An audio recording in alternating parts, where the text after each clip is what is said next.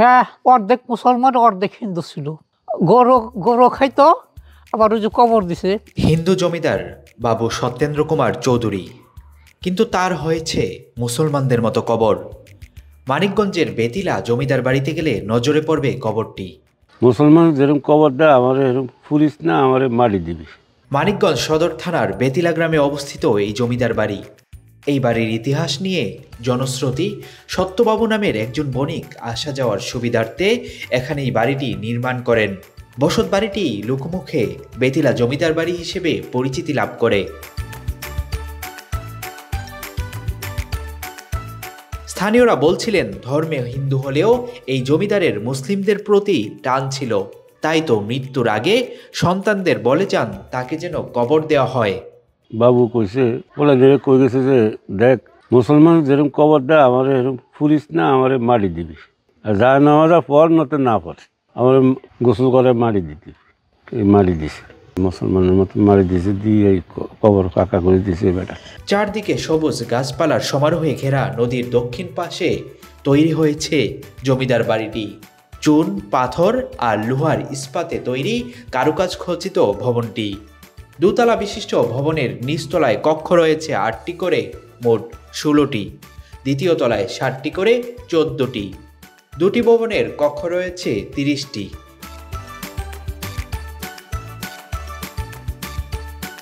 দুই তলাতে বিনোদনের জন্য রয়েছে খোলা জায়গা।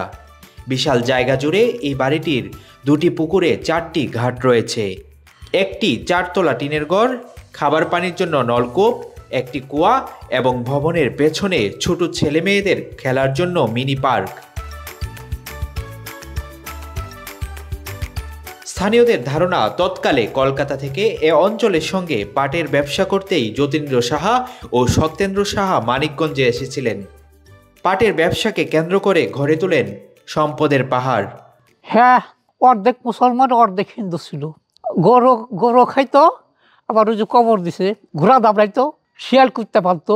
মানুষের সাথে কোনো সাথে মানে সবার একরকম না, ওই ধরনের লোক ছিল আর কি। এইটা এর যে ছিল ওর বাপে ছিল বাইরার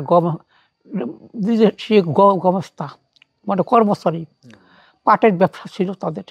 তারপরে সে ওই হজর রেখে কোথায় গেছিল, ওরা রেখে এই ফাঁকে এই পাটটা পুইরে যে চকে নাড়া কুটা হয় ওগুলো ভিতর পুইরা সাইজ হয়েছিল। পরে কইছিল যে হ্যাঁ আইসে, পরে কইছে যে তোর কুটান পুইরা গেছে পাটের। তো সে লোক কলে এমনি কিছু করাই বুঝছে সবই, যে ছায়ের আগুন নাড়ার আগুন বোঝা যায় না, পাট পুকুরগুলো বোঝা যায় না। তখন কইস যে এইটা তুই খেয়ে যেতে পারবি, তোর যে পুত কোনো খাইতে পারবো না, তুই আল্লাহ পাক আমি যার মালিকের কাছে বিচার দিচ্ছি। তবে বর্তমানে সংস্কার আর রক্ষণাবেক্ষণের অভাবে ব্রিটিশ আমলে নির্মিত ঐতিহ্যবাহী জমিদার বাড়িটি ধ্বংসের পথে। জানালা দরজা মরিচা হওয়ায় ভেঙে পড়েছে। ভবনের ভেতরে বাইরে আগাছা শেওলায় কারুকার্যগুলো ঢেকে গেছে।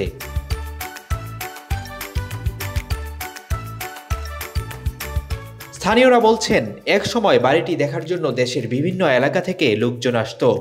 দেশ বিদেশ থেকে আসা পর্যটক ও দর্শনার্থীদের পদচারণায় বাবু বাড়িটি থাকত মুখরিত।